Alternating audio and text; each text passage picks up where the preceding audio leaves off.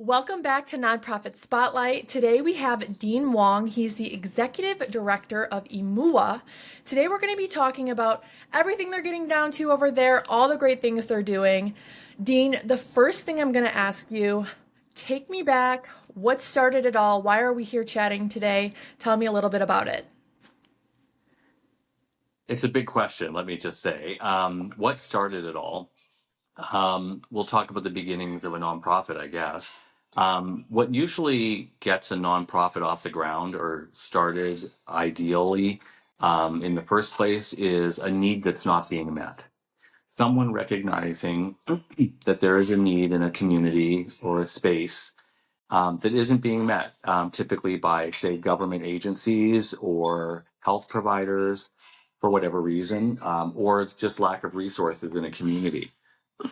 When someone recognizes that there's a need that needs to be filled and they have the inner passion to want to take on meeting that need, that's usually how nonprofits get started. And that's what they refer to as sort of grassroots organizations, right? How do we start this? How do we get off the ground? How do we get momentum? How do we get people involved in noticing us? Well, this is true for our organization as well, even though our organization is over 77 years old. IMUA family started in 1947 here in the islands of Hawaii. And you have to understand that in 1947, Hawaii was not a state. It was still just a part of the territories. And so there were very few resources available here in the middle of the Pacific Ocean. We are the farthest away from any landmass of any other islands in the world. But during that time in 1947, polio was a large epidemic that was happening across the globe, across the mainland, as well as very intense here in Hawaii.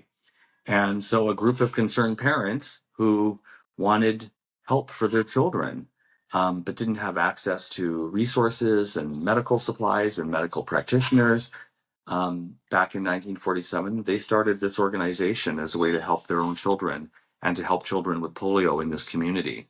And here it is, 77 years later, and we are still true to that very simple cause, which is to help children who were suffering from, at that time, a debilitating disease, but today, other debilitating things, other special needs, other developmental delays, like cerebral palsy, like Down syndrome, fetal alcohol syndrome, autism spectrum disorder, speech delays, maybe premature birth and delays in terms of development.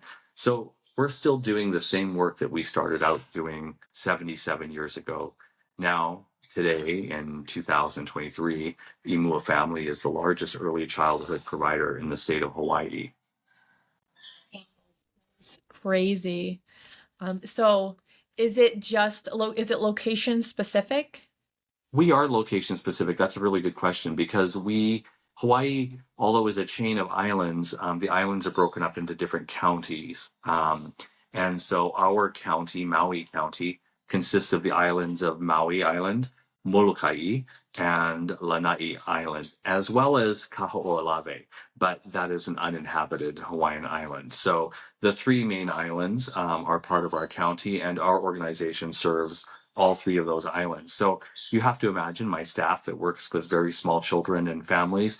They're taking boats sometimes to get to their clients' homes. They're taking small prop planes with 6 people in them, or they're driving for 2 or 3 hours down a winding road through a rainforest to get to Hana to see families in East Maui. So we are diversely spread throughout the entire islands community.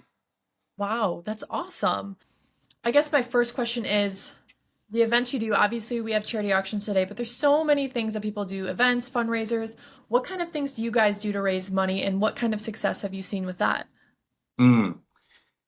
Well, when you are I think it's easy for a lot of nonprofits to sort of use their location as how could we possibly raise money here? We're a small community, or we're an agricultural community, or a farming community, or a rural community, or an immigrant community, or something like that. And that was Rio. who is a macaw, Oh my and he's gosh. trying to get my attention. It's okay. Yes. It's all right. Um, so that's what he does when he can hear my voice, but I'm not paying attention to him. Um, we are in the tropics after all, right? Right, right, Uh, yeah. Anyway, so, as a nonprofit organization, I think it's really important that we have fundraisers because nonprofits have to find ways and means to support themselves independently of grant funding, right? Grants come and go based on administration, maybe health priorities, maybe all the focus turns to COVID or, whatever can happen in the world. And so grants are not always reliable. They're reliable for a space and time, right? Um, Fundraising becomes a nonprofit's way to raise unrestricted funding, which is really important for nonprofits to be able to pay for their operations and their staff and be able to continue to exist. And so I think diverse fundraisers are really important. And I think they need to take into consideration the local community and what their interests are. So we have, I'll just give you some examples, an ocean sports fundraiser called Paddle IMUA, which involves our ocean athletes and ocean athletes that travel to Maui because we have some of the best waves and surf in the world here. So it would make sense for us, right, to do an ocean sports right, fundraiser, where it may not make sense for us to do a hayride or a tractor pull. Um, right. so, just as an example. Um, so that's one of our fundraisers. We also have a cycling fundraiser called Pedal IMUA. Um, and Pedal IMUA is a bicycle ride, which is not that uncommon. I think a lot of people do bike rides, walks, runs, marathons. This Grand Fondo bike ride goes around the West Maui Mountains, which is a 60-mile loop of mountain terrain. And it's considered one of the 10 best bike rides in the world. So I think it's important to create your fundraisers with your community audience in mind, as well as the space where you are in mind. And I think, some places it would make sense to do a rodeo, right, as a fundraiser, and everyone would love that. They understand it. They're involved in that community. It's easy to access. Right. That would not be the case in Hawaii. Yeah. It's So, funny that you say like hayride rides because we're in the Midwest. oh So yeah, like there's corn everywhere. So we're like yeah, all about the hayride ride. It's like what we right. do. That's right. And I think that makes sense, right? Because you want to appeal to your audience. Right. You want to make sure that your audience is involved in a way that they can participate, right?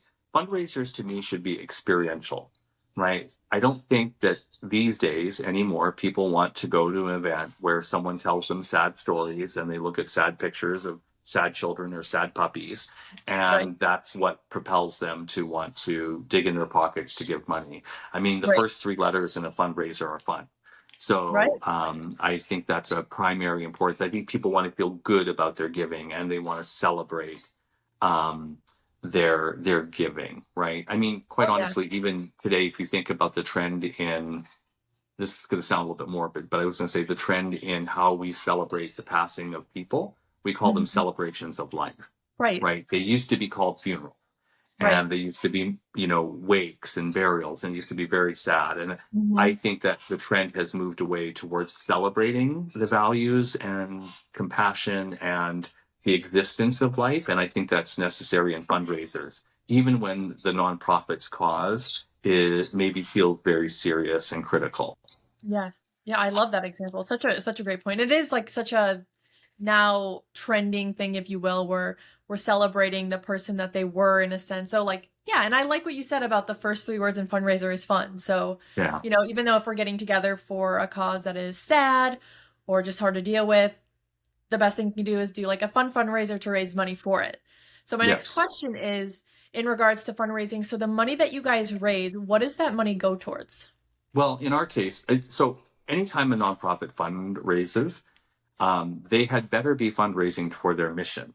So, Right. right. I mean, just from um, a tax, outlook on it, right? Right, When you right. get audited, you want to make sure that what you're fundraising for is strictly in line with your mission as an organization. Our 100%. mission is to empower children to and their families to reach their full potential. And so when we are fundraising. It's okay, Patty. It's okay. When we're fundraising to support children and their families. And so the monies that we get from our fundraisers is going to help support those programs, those services, and the work that is directly related to our mission. Awesome.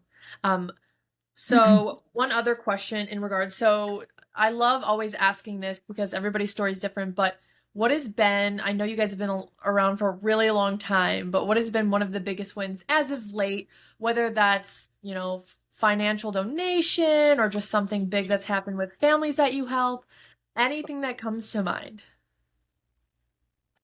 From a fundraising perspective, I think that our organization is here in Maui Island, which I explained a little bit about, and the community that we serve here. I Hmm. don't think it's any secret now in the world that Maui has suffered an enormous tragedy, right? Right. Quite honestly, we had a hurricane that didn't come to the island, was far enough away that it caused a huge wind, and the wind was kind of circular in motion. And that, in combination with the season of drought and dryness that we've been in as a result of severe global change, and resulted in a fire that quickly caught and took hold on our island. The wind caused the fire to jump places unexpectedly and very quickly. And as a result, we lost an entire town. And not just a town, but a community, a very tight knit community, and a very historic community in our island. Lahaina Town historically dates back to a very old history here in Hawaii, and lots of generational family homes were lost. So this is a huge tragedy. This is similar to New York's 9/11 or Louisiana's Katrina when that happened. These monumental, unexpected things that just decimate an entire community. What was interesting from that is that there was such an immediate outpouring of support and compassion from people, not just here in Hawaii, but around the world.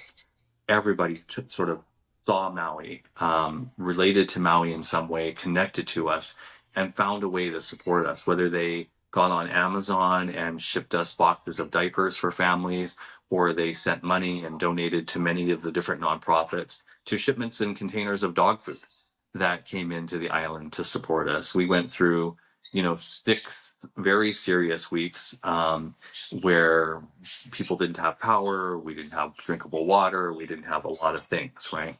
And the world stepped up to support this island and the community, and a lot of funds were raised to support Maui and the community during that time.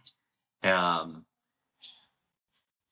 so that's sort of an immediate disaster where people respond, but that is not a typical scenario of how nonprofits need to continue to support themselves when these events are done as well. And the nonprofits also, I think the expectations on the nonprofits really increase when there's a local or a national or disaster as well, right? The expectation to provide the health and human services that people need really steps up. So suddenly we're expected to do so much more with the limited resources that we already have. So these Right. infusions really help to support the nonprofits to be able to do that. Yes. But these are sort of the peaks and the lows that are not typical to what a nonprofit needs on a year to year basis, right? So it's important that nonprofits find some way to provide a consistent flow of fundraising to help their budgets. And I think in any nonprofit, when you create your budget for the year, there's probably a portion of unmet financial need that's not coming from grants and donations and or program supported money. And so there's this allocated number called fundraising, right? And so the nonprofit sets out every year to go, we need to fill in that gap with our Right. fundraising dollars. And so that then becomes the focus of the fund development or not executive director or CEO to sort of say, what are the ways that we achieve these things? If there's a disaster like what I just explained, that's going to be aside from the money. Right. So even though we've had to raise a considerable amount of money and find many ways to support the children and the families from the fire and the disaster, I still need to raise the money that was in my budget already for fundraising to Right. make the everyday ins and outs of the organization to continue. Yes. And therein lies the dilemma and the the joyous challenge of being a nonprofit director, I guess, right? Oh, And yeah. every year that number gets reset back to zero, Right. and then you start all over again. Yes. Yes. Yeah, and you know what? It's like you said, I didn't like I even as like a normal everyday person wouldn't even think about the fact like you have a set, amount of money you want to raise in a year, let's say with a fundraiser, and then like a natural disaster happens with the fire, and then like so you're helping with that aspect, and then like you said, the everyday of helping the children and helping the family, and like making both of them work, right? Yeah, And being able to raise enough money for both. So yeah, that's something I wouldn't even think that that's like definitely an issue or a stressor in a way to be able to fund both, right? right. Um, Nonprofits so don't like to say this, but money is oxygen. It's it's what keeps us alive. It keeps our doors right. open, Hmm. we like to think somehow that we're separate from money because money sounds so commercial, money sounds so corporate, money sounds Right. so business-like, but we are businesses. Right. We have a different tax status and we file our taxes differently, but we are businesses. We have Right. expenses and we have revenues. We have payroll, we have labor costs, we have Right. health Exactly. insurance, we have other costs, right? We are businesses. Hmm. Yeah, no, definitely. So the last question I have for you, for any nonprofits listening in right now, you guys have been around over 70 years, right? So any advice, as an executive director of a nonprofit yourself, any advice for maybe someone starting out, somebody struggling to raise money, or just any advice at all? Yeah. Stay true to your mission. Number one, have a very clear mission about what it is that you're trying to accomplish and have a plan.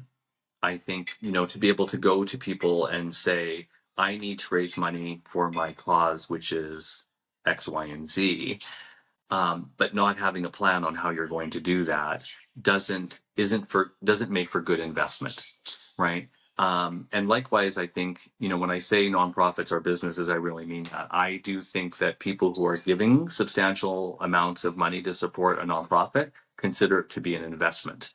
It's an investment in community. It's an investment in the future of that nonprofit. It's so that they'll be around to continue to meet that need, and they want to see what the return on that investment is. So you want to be able to have a plan that says, if you invest these many dollars in our nonprofit, this is the outcomes that we will be able to achieve. And this is how we're going to do that with this amount of money. Um, then you're asking people to invest in that outcome, which makes it easier for people to want to support you. Nobody in the stock world, in the business world, would put their money on a sinking ship, right? Right. And so if you are financially struggling, right, I also think you need to make that clear to your donor population and then make that the cause if that needs to be the cause. But don't hide that cause. You know what I mean? Right. Build it into what you're trying to do and let people are smart enough to know what they want to support, how they want to support it, but they want to know what the outcomes will be for that. I love that. That is great advice. Anything I haven't touched on, or anything that you want to make known about the nonprofit, or anything, like the floor is yours to say anything else you'd like. Times are always changing and there are things we can't predict, whether it's a fire, a hurricane, a disaster, or a disease like COVID, right? That also had a big impact on us, right? As nonprofits, as the whole business world is recovering from that. So you have to be flexible and you have to be willing and able to pivot. When COVID happened, um, it really changed the fundraising world, I think. And I'll just say this about charity auctions. We who have had many successful fundraisers that are become, touch points to our yearly budget. Now we really had to pivot to all of these. We're very experiential, contact in person, live events. Like let's get together Right. and do this. And so I remember the very first year of COVID, we didn't cancel any of our fundraisers, but we certainly involved the virtual experience as much as we possibly could. And moving our silent auctions and our live auctions to online auctions was really successful for us. And in fact, the ocean sports event that I told you about that we did here on our beautiful blue ocean on Maui, when we had to pivot that event in a heartbeat, we decided to keep the event and we changed the challenge to paddle out anywhere you are in the world. Just paddle the distance. And instead of the traditional about 250 participants that we would have here on Maui, we had over 570 participants from all over the world. We had people doing paddle IMUA in Africa and in Italy and in Norway and in Greenland and Iceland, and people, they all were able to participate virtually and upload their videos of them paddling from different places in the world. And we did the fundraising element of it with charity auction online.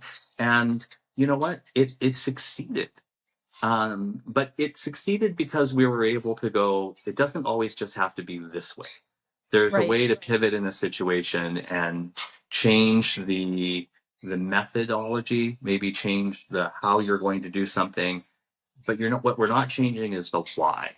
And that's where it relates back to the mission. If your mission is strong and you know what you're trying to do and what you're trying to accomplish, then people can get on board with that. I wanted to, we were talking about mission, and the name of our organization is IMUA, and it's IMUA. I wanted to explain that that is not an acronym. That is a Hawaiian word for our outside of Hawaii listeners. Imua is the Hawaiian word that means to move forward. It's a voyaging word. When the early Polynesians were voyaging on the open Pacific, they would get in the boat, and the steering person in the back of the boat would say the word Imua, and the boats would pull forward, and everyone would put their paddles in the water and pull together. And so even today, the word continues to mean to move forward together, whether it's used in choreographing hula or just in giving directions. Imua is the word to move forward. And so that's what we do. We help children move forward one piece at a time. It's not about them being typical. It's not about them being normal out, some sort of normal. It's not about them being the same. It's about everybody being able to move forward at their pace and helping them to reach their full potential. And so I just wanted to give you a little bit about the background of the word Imua and how it applies to our organization and our mission. So Awesome, Dean. Thank you so much for coming on to Nonprofit Spotlight. Everybody go check out IMUA's mission and all of their links below. Once again, thank you for stopping by, Dean. Everyone will catch you in the next episode of Nonprofit Spotlight. Bye, guys.